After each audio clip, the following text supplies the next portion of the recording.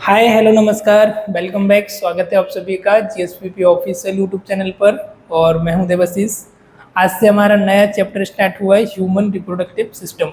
आप सभी के वोट, आप सभी की डिमांड पर आज से हम सीखेंगे रिप्रोडक्टिव सिस्टम के बारे में, राइट। जिसके बारे में लोग अक्सर बात नहीं करते हैं, लोगों को शर्म आती है, लेकिन हमें तो शर्म आती नहीं है, हम तो बात करेंगे। स्कूल कॉलेजों में इसके बारे में सिखाया नहीं जाता है, बच्चों से बोल दिया जाता है आप ही सर्च कर लो। एक छोटा बच्चा जब मम्मी पापा से पूछता है कि भाई बेटे का कैसे जन्म होता है, तो बोलते हैं भाई भगवान की देन है या नदी से पकड़ के लेकर आए। ऐसे ऐसे वर्ड का यूज़ किया जाता है। सही सेक्स एजुकेशन बच्चों को, एडोलसेंस को नहीं दी जाती, जबकि ये होना चाहिए।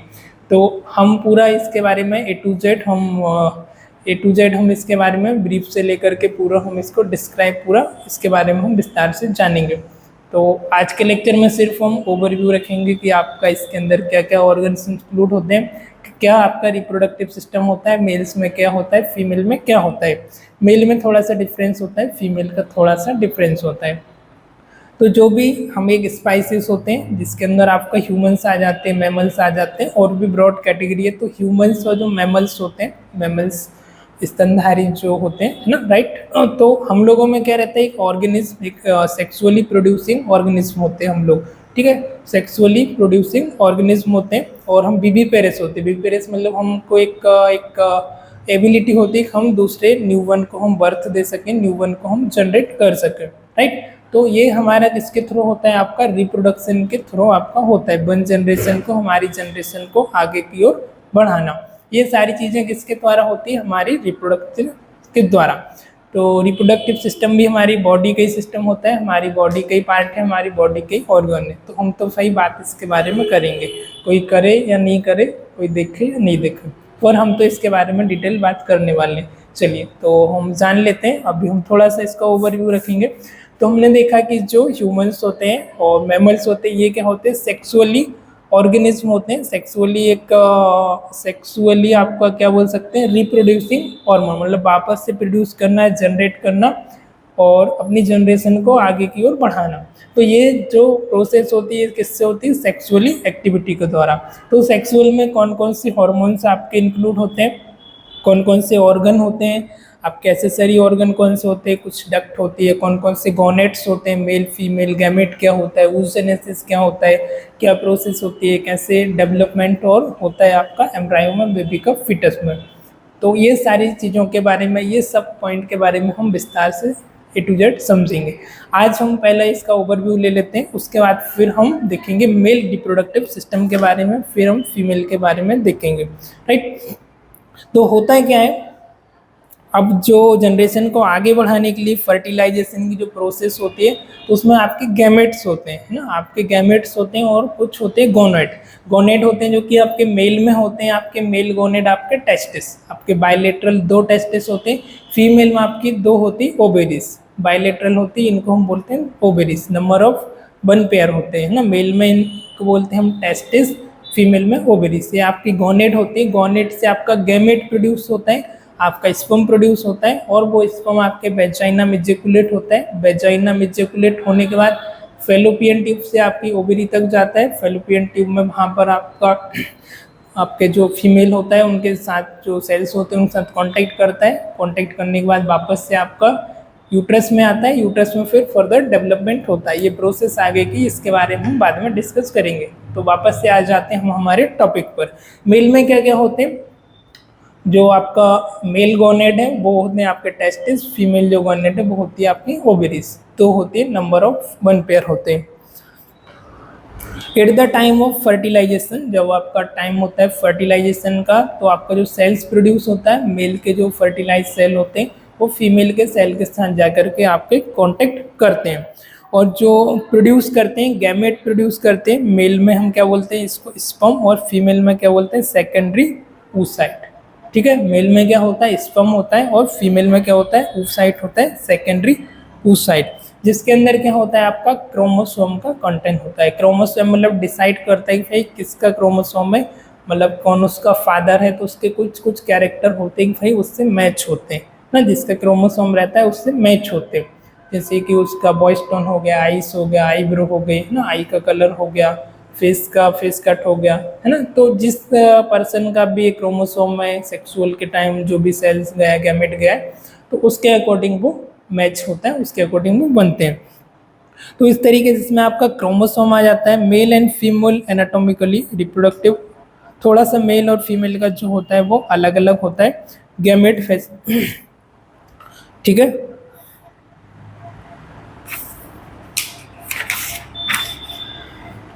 अब ये जैसे कि अभी हमारा ये स्ट्रक्चर है, तो अभी हम इसमें देखते हैं आपका कौन कौन से इसमें ऑर्गन आपके इंक्लूड होते हैं।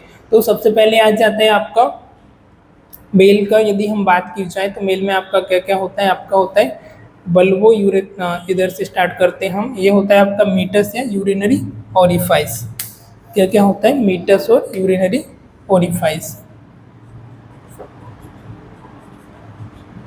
मीटस और यूरिनरी ओरिफाइस, ठीक है। तो इस तरीके से आपका जो मेल रिप्रोडक्टिव सिस्टम उसका डिज़ाइन होता है, इस तरीके से होता है, जिसमें हम देखते हैं ये आपका जो ओपनिंग होती है जिधर से आपका यूरिन पास होता है, आपका रूट होता है यूरिन को पास करने के लिए, उसकी जो ओपनिंग होती है उसको हम क्या बोलते हैं, मीटस या यूरिनरी ओरिफाइस, ठीक है। देन फिर आपको यहाँ पर जो स्ट्रक्चर दिख रही है ये होता है आपका glans, glans of penis, glans of penis, right. और ये आपको जो साफ्ट दिख रही है पूरी, ये होता है आपका पेनिस। इसके बाद यहाँ पर ग्लैंड होती है, थोड़े से आप ऊपर जाएंगे तो यहाँ पर आपको बल्बो यूरेथ्रल ग्लैंड मिलती है, जो कि उसका काम होता है सिक्रेशन को करना eight the time of ejaculation, right. उसके बाद फिर ये आगे जाती है आपकी और यूरिनरी ओरिफाइस। फिर यहाँ पर आपका आ जाता है प्रोस्टेट ग्लैंड, प्रोस्टेट ग्लैंड भी आपकी यहीं पर सिचुएटेड होती है। प्रोस्टेट ग्लैंड के बाद आ जाती है आपकी सेमाइनल वेसाइकल, जो कि आपकी एक इजेक्युलेटरी डक्ट होती है, ग्लैंड होती है ना, सेमाइनल वेसाइकल। फिर आता है आपका एम्पुला और फाइनली आपका यूरिनरी ब्लैडर। टेस्टिस की भी हम बात करेंगे आने वाले लेक्चर में। टेस्टिस होते हैं आपके जो कि आपके गैमेट्स को, आपको मेल रिप्रोडक्टिव जो सेल्स होते हैं उनको प्रोड्यूस करते हैं, स्पर्म को ये आपका प्रोड्यूस करते हैं, जो कि स्पर्मेटोजेनेसिस में फर्दर हेल्प करते हैं, राइट। तो अभी हम इतना समझ के चलते हैं, इसमें आपकी प्रोस्टेट ग्लैंड होती है, सेमाइनल वेसाइकल होती है, और आपका टेस्टिस होता है जो कि आपके डिसेंट होते हैं आपकी एब्डोमिनल कैविटी के बाहर होते हैं at the time of 7 month, जब बेबी की डेवलपमेंट हो रहा होता है यूट्रस में। तो जैसे ही 7 मंथ होता है, 7 मंथ होने के बाद ही एब्डोमिनल कैविटी के बाहर आ जाते हैं। उसके पहले ये एब्डोमिनल कैविटी में ही सिचुएटेड होते हैं, है ना। जैसे ही 7 मंथ होता है ये बाहर आ जाते हैं। इसके बारे में भी हम देखने वाले हैं। तो अभी हमने इसके बारे में इतना जाना कि आपका एक स्ट्रक्चर किस तरीके से होता है मेल का। एक बार और हम इसको रिपीट कर लेते हैं। सबसे पहले आ जाता है आपका यहाँ पर ग्लैंस, मीटस, यूरिनरी ओरिफाइस है मीटस। फिर आता है आपका ये राउंड राउंड दिख रहा है, ये आपका ग्लैंस ऑफ पेनिस। देन फिर थोड़ा सा ऊपर जाएंगे तो एक ग्लैंड होती है आपकी बल्बो यूरेथ्रल ग्लैंड, वो भी यहीं पर प्रेजेंट होती है, जो आपकी यूरेथ्रा होती है उसमें सीक्रेट करती है eight the time of ejaculation, ताकि स्पर्म आपका आगे की तरफ मूव कर पाए, राइट। फिर आगे आपका प्रोस्टेट ग्लैंड होती है। कभी भी आपने सुना होगा किसी को प्रोस्टेटाइटिस हो गया है ना, प्रोस्टेट ग्लैंड इन्फ्लेमेशन हो गई, तो वो ये रीजन की वजह से होता है, यहीं पर ही होती है। फिर आ जाती है सेमाइनल वेसाइकल, आपकी कंबाइंड डक्ट होती है। एम्पुला होता है आपकी ये वास डिफरेंस में। फिर यूरिनरी ब्लैडर ना। तो इस तरीके से हम इसके बारे में आगे और समझ लेते हैं।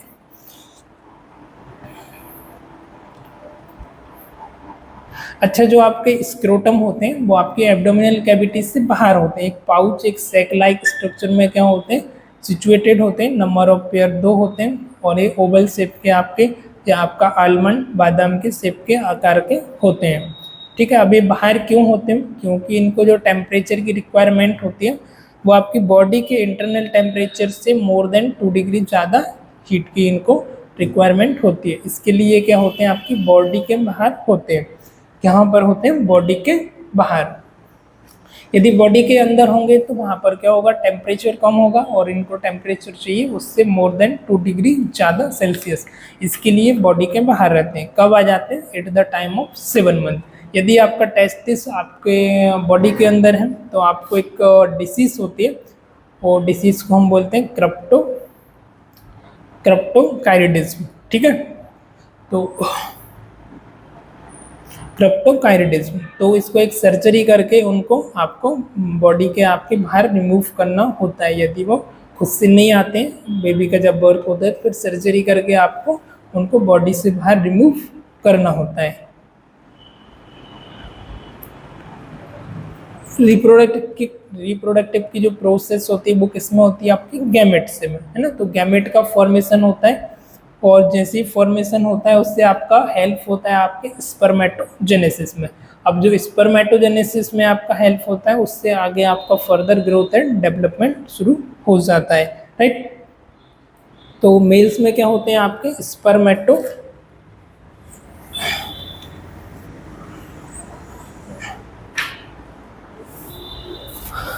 मेल का हमारा स्ट्रक्चर होता है, सॉरी, ये होता है मेल का हमारा और ये होता है फीमेल का। तो मेल में क्या होती है? स्पर्मेटो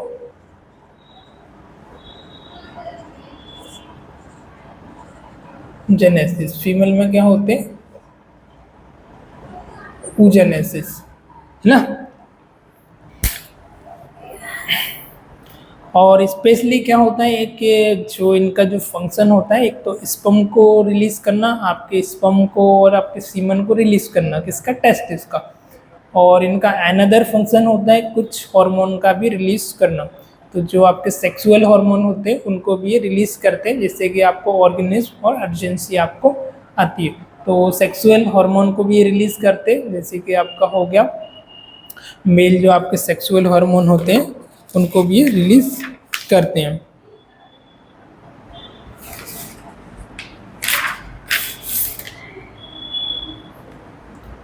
ठीक है, तो अभी हम देख लेते हैं आगे ये प्रोसेस कैसे होती है। सबसे पहले आता है आपका गैमेटोजेनेसिस, फिर इंसेमिनेशन, फर्टिलाइजेशन और इम्प्लांटेशन और जेस्टेशन। कैसे ये प्रोसेस होती है, किस स्टेज पर ये होती है आपकी स्पर्मेटोजेनेसिस की, उसके बारे में हम थोड़ा सा समझ लेते हैं। फर्स्ट आ जाता है आपका गैमेटोजेनेसिस।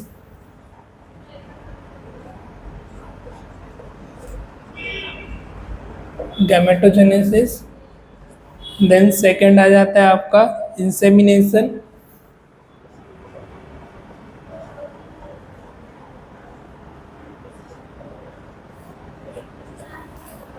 देन अदर आ जाता है फर्टिलाइजेशन।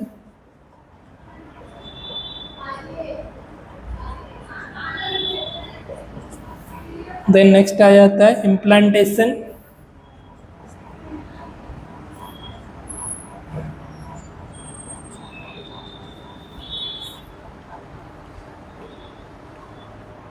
फिर जेस्टेशन।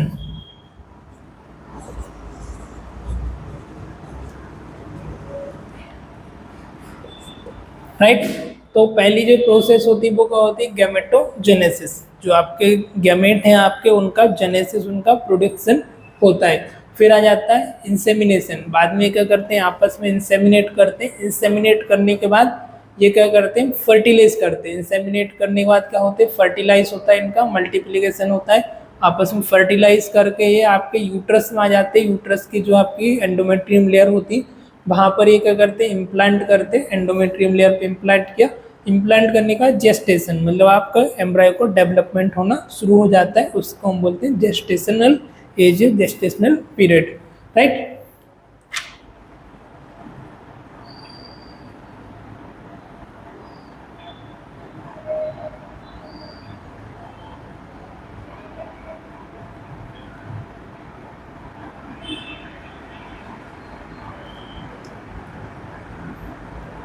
अब यदि मेल ऑर्गन की भी बात की जाए तो ये भी आपके किससे आ जाते हैं? प्राइमरी सेक्स हार्मोन या primary sex organ and secondary sex organ. इनको भी हम दो पार्ट में इनको हम डिवीजन करते हैं, 2 पार्ट में हम इनको डिवाइड करते हैं। तो आई होप इतना स्ट्रक्चर आपको समझ आया होगा। देन हम अभी आगे बढ़ते हैं, बाद में हम इसके बारे में डिटेल तो समझने ही वाले हैं। अभी के लिए आप सिर्फ इतना ओवरव्यू समझो। मेल में भी प्राइमरी सेकेंडरी होते हैं, और इसको हम सेकेंडरी को एक्सेसरी सेक्स ऑर्गन भी हम बोल सकते हैं।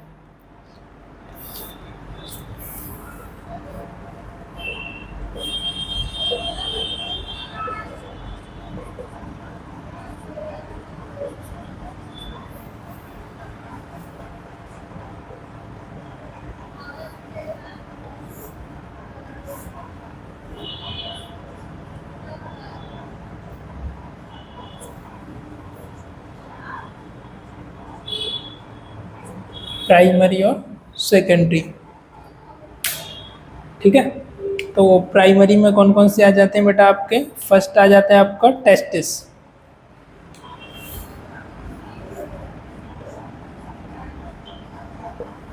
टेस्टिस। सेकेंडरी में क्या आ जाती है आपकी? Accessory gland, accessory duct, accessory gland और external जेनाइटिलियम।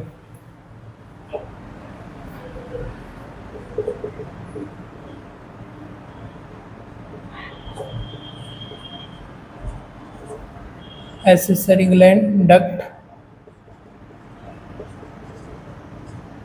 External genitalia,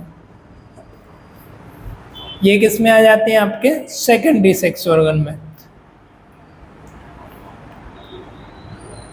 accessory duct मतलब, डक्ट वो होती है, डक्ट मतलब एक ट्यूब लाइक स्ट्रक्चर जो क्या करती है आपका जब भी आपका एजुकुलेशन होता है, आपका फ्लूइड आता है, आपका सीमेन होता है, उसको आपके और आपका टेस्टिस से आपके मीटस तक आपकी यूरिनरी जो ऑरिफाइस होता है वहाँ तक लेकर के आने का, है ना, वहाँ तक उनको लेकर के आने का इसका काम होता है डक्ट का। जिससे कि आपकी बास्ट डिफरेंस हो गई, वो आपकी एक डक्ट होती है ना। तो ये किस में आ जाती है? बास्ट डिफरेंस हो गई, आपकी सेमाइनल वेसिकल हो गई, इजैकुलेटरी डक्ट हो गई, तो ये सारी किस में आ जाती है? डक्ट में आपकी। फिर एसेसरी ग्लैंड जैसे bulbo urethral gland, prostate gland, तो ये किस में आ जाती है? एसेसरी ग्लैंड में, जो कि आपकी हेल्प करती है, आपको असिस्ट करती है रिप्रोडक्टिव की प्रोसेस में। फिर आता है आपका एक्सटर्नल जेनाइटिलिया।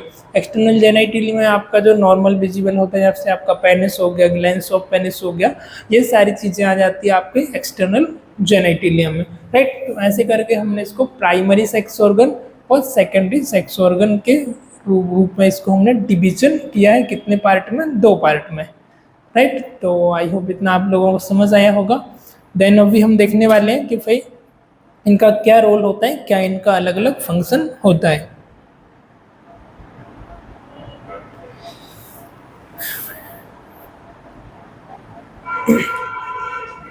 अब जो आपके टेस्टिस आते हैं, इनका क्या फंक्शन होता है बेटा? फर्स्ट आ जाता है गैमेटोजेनेसिस,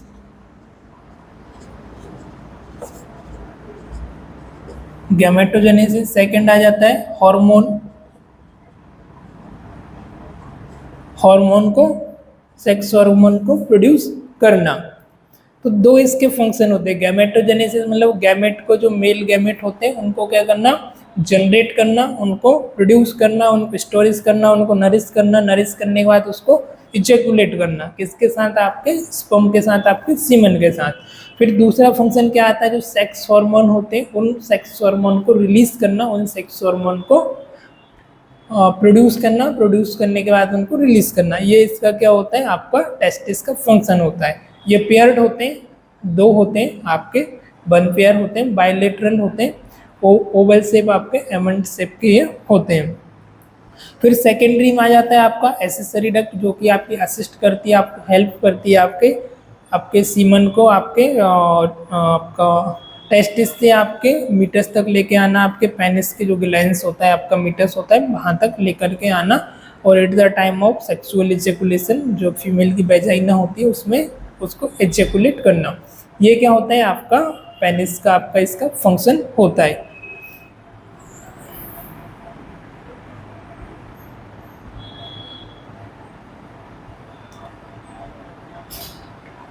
ठीक है, तो ये किसका हिसाब से काम करती है कि ट्रांसपोर्टेशन का एक मीडियम होती है, जो कि आपके जो गैमेट हैं, आपका स्पर्म वगैरह है, उनको क्या करती है? ट्रांसफर करती है। ट्रांसफर करने के लिए एक वे होता है, एक रास्ता होता है, एक ट्यूब होती है, इन सिंपल वर्ड में, राइट। इसको हम बोलते हैं डक्ट।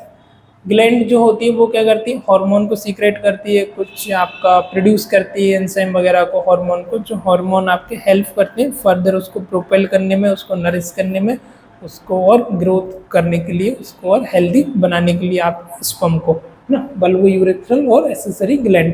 एक्सटर्नली जेनिटली का जो आपका पेनिस होता है, ग्लैंड्स होता है, उसका वर्क होता है इजैकुलेट करने का, आपका फीमेल की जो वेजाइना होती है उसमें, राइट। अब जो आपका स्क्रोटम है उसमें हमने देखा कि आपका जो स्क्रोटम है वो आपका किधर लोकेटेड होता है?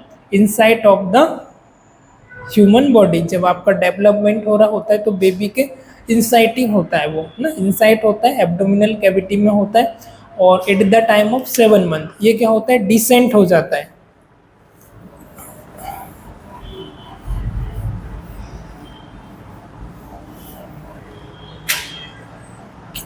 क्या होता है ये टेस्टिस है आपके, ये जस्ट एब्डोमिनल कैविटी है, ये क्या आपकी इंग्वाइनल कैनल, ये इंग्वाइनल कैनल के साथ क्या होता है बाद में, इंग्वाइनल कैनल के साथ ये क्या होता है बाद में, डिसेंट हो जाता है, डिसेंट होके आपके बॉडी के आउटसाइड आ जाता है। कहाँ आ जाता है बेटा, आउटसाइड, किसके थ्रू, इंग्वाइनल कैनल के थ्रू। किस में आ जाता है, आपका एक सैक लाइक, एक पाउच लाइक स्ट्रक्चर होती है जो कि आपकी कवरिंग करती है 3 लेयर से, ट्यूनिका मीडियलिस, ट्यूनिका एक्सटर्नल और ट्यूनिका इंटरनल, ट्यूनिका, राइट। ये हमने इसके उसमें भी देखा था, राइट। क्यों होता है ये आपका अंदर की तरफ, क्यों होता है, क्योंकि इसको जो टेम्परेचर की रिक्वायरमेंट होती है वो आपको 2 डिग्री सेल्सियस कम होता है एज कंपेरिजन टू आपके, सॉरी ज़्यादा होता है एज कंपेरिजन टू आपके इंटरनल टेम्परेचर। तो इसके लिए क्या होता है, इसको डिसेंट करना होता है बाहर, एक पाउच लाइक स्ट्रक्चर होती है, एक थैली, एक सैक लाइक स्ट्रक्चर होती है, जिसको हम क्या बोलते हैं, स्क्रोटम, क्या बोलते हैं, स्क्रोटम। तो स्क्रोटम में दोनों जो टेस्टिस है वो रहते हैं वो पाउच में, एक सैक एक पाउच होता है, इसको हम बोलते हैं स्क्रोटम, और उसके अंदर जो ओवल शेप के होते हैं उनको बोलते हैं हम टेस्टिस।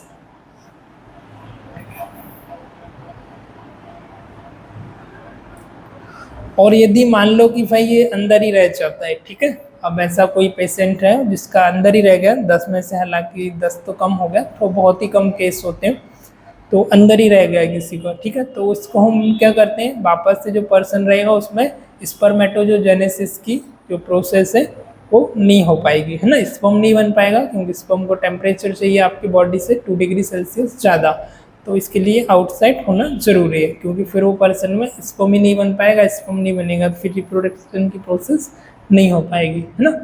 तो इसके लिए आपका स्पर्म का, आपका स्क्रोटम में होना आपके टेस्टिस का जरूरी होता है, डिसेंड करना जरूरी होता है।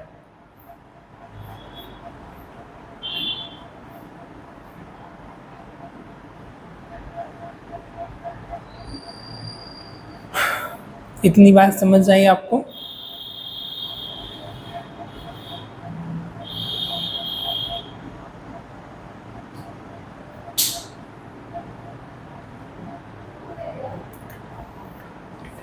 ये जो टर्म होती है, प्रोसेस होती है, उसको हम क्या बोलते हैं, क्रिप्टोक्रिडिज्म, क्या बोलते हैं, क्रिप्टोक्रिडिज्म।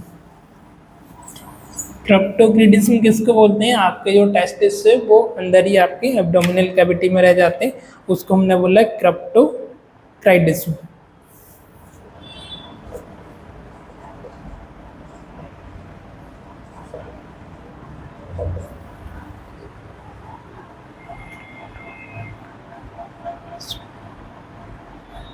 क्रिप्टोक्राइडिज्म क्या होता है, failure of testis to descend from the abdominal cavity to scrotum,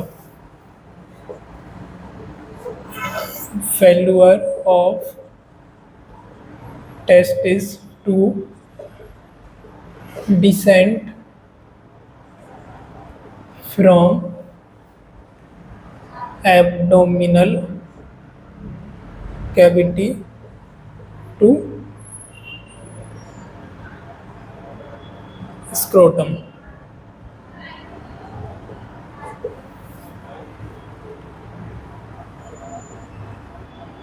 इस टर्म को हमने क्या बोला है,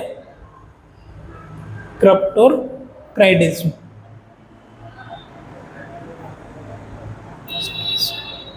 अब एक दूसरा वर्ड और आता है कैस्ट्रेशन। कौन सा, कैस्ट्रेशन।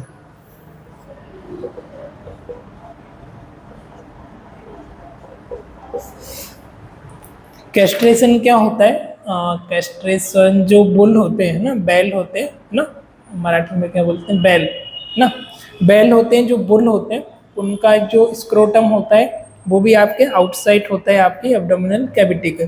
अब जो बुल रहते हैं मतलब वो कंट्रोल में नहीं रहते, बहुत ज़्यादा एग्रेसिव रहते, बहुत ज़्यादा गुस्से में रहते, किसी से भी लड़ाई करने के लिए, फाइट करने के लिए रेडी रहते हैं।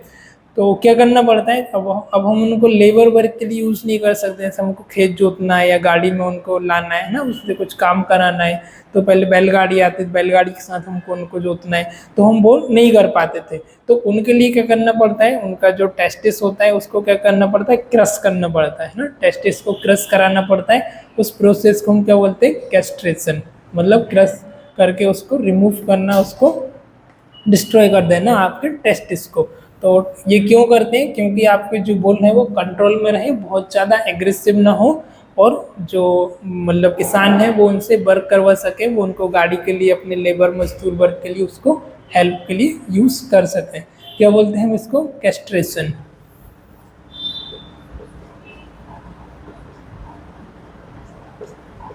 कैस्ट्रेशन क्या होता है ये आपका,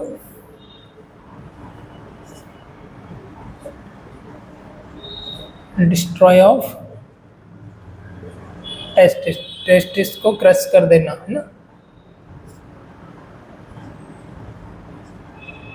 क्रश ऑफ टेस्टिस, इसको क्या बोलते हैं, कैस्ट्रेशन। किसमें होता है ये, बुल्स में, बेल में।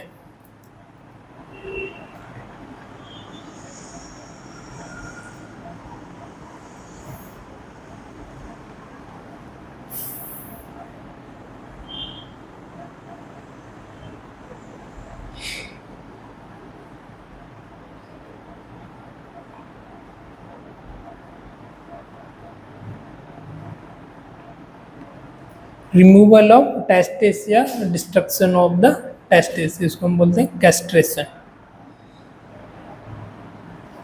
लेयर ऑफ टेस्टिस की यदि आप बात की जाए तो यहाँ पर भी इसकी 3 लेयर प्रेजेंट होती हैं, ट्यूनिका, ट्यूनिका वेजाइनलिस। कौन कौन सी लेयर होती है, ट्यूनिका वेजाइनलिस,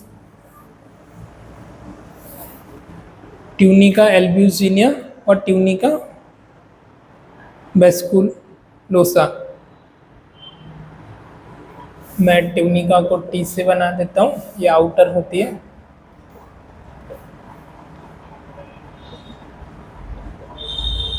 आउटर लेयर होती है आपकी कौन सी, ट्यूनिका वेजाइनलिस।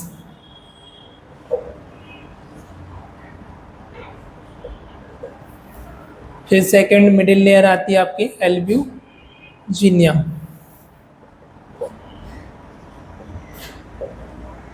Tunica albuginea. और थर्ड लेयर आती है वेस्कुलोसा।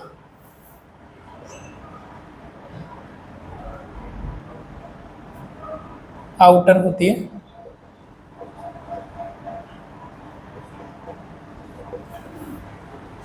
तो इस तरीके से इसकी 3 लेयर होती हैं, कितनी, 3 लेयर इसमें आपके स्क्रोटम में प्रेजेंट होती है। तो आपकी कौन सी, आउटर लेयर जो होती है आपकी ट्यूनिका वेजाइनलिस, मिडिल लेयर होती है ट्यूनिका एल्ब्यूजिनिया, और आउटर जो लेयर हो, इंटरनल जो लेयर होती है वो कौन सी होती है, ट्यूनिका वेस्कुलोसा, राइट। जो कि आपकी प्रोटेक्टिव कवरिंग लेयर होती है आपकी स्क्रोटम की।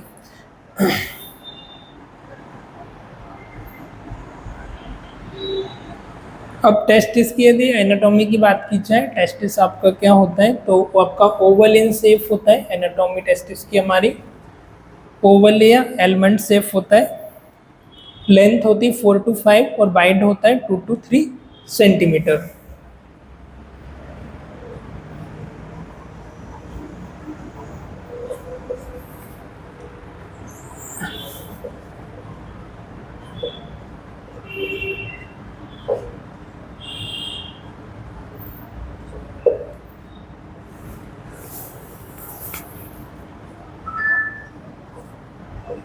लेंथ कितनी होती है, 4 to 5 सेंटीमीटर। वाइड, चौड़ाई कितनी होती है, 2 to 3 सेंटीमीटर। ठीक है। तो ये तो हो गई आपका टेस्टिस की नॉर्मल एनाटॉमी और टेस्टिस के बारे में। 3 इसमें लेयर प्रेजेंट होती है, हमने लेयर में देखा tunica एल्ब्यूजिन, tunica vaginalis, tunica albuginea और ट्यूनिका कौन सा था हमारा,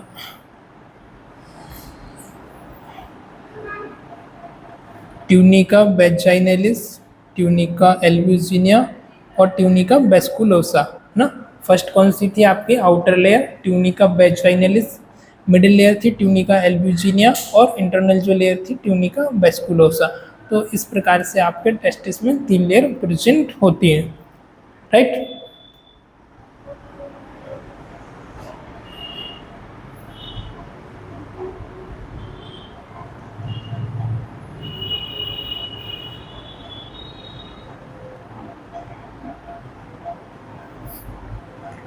अब हम देखेंगे टेस्टिस का स्ट्रक्चर के बारे में। तो मुझे स्ट्रक्चर बनाना पड़ेगा थोड़ा सा, मैं पॉज करता हूँ फिर चालू करता हूँ।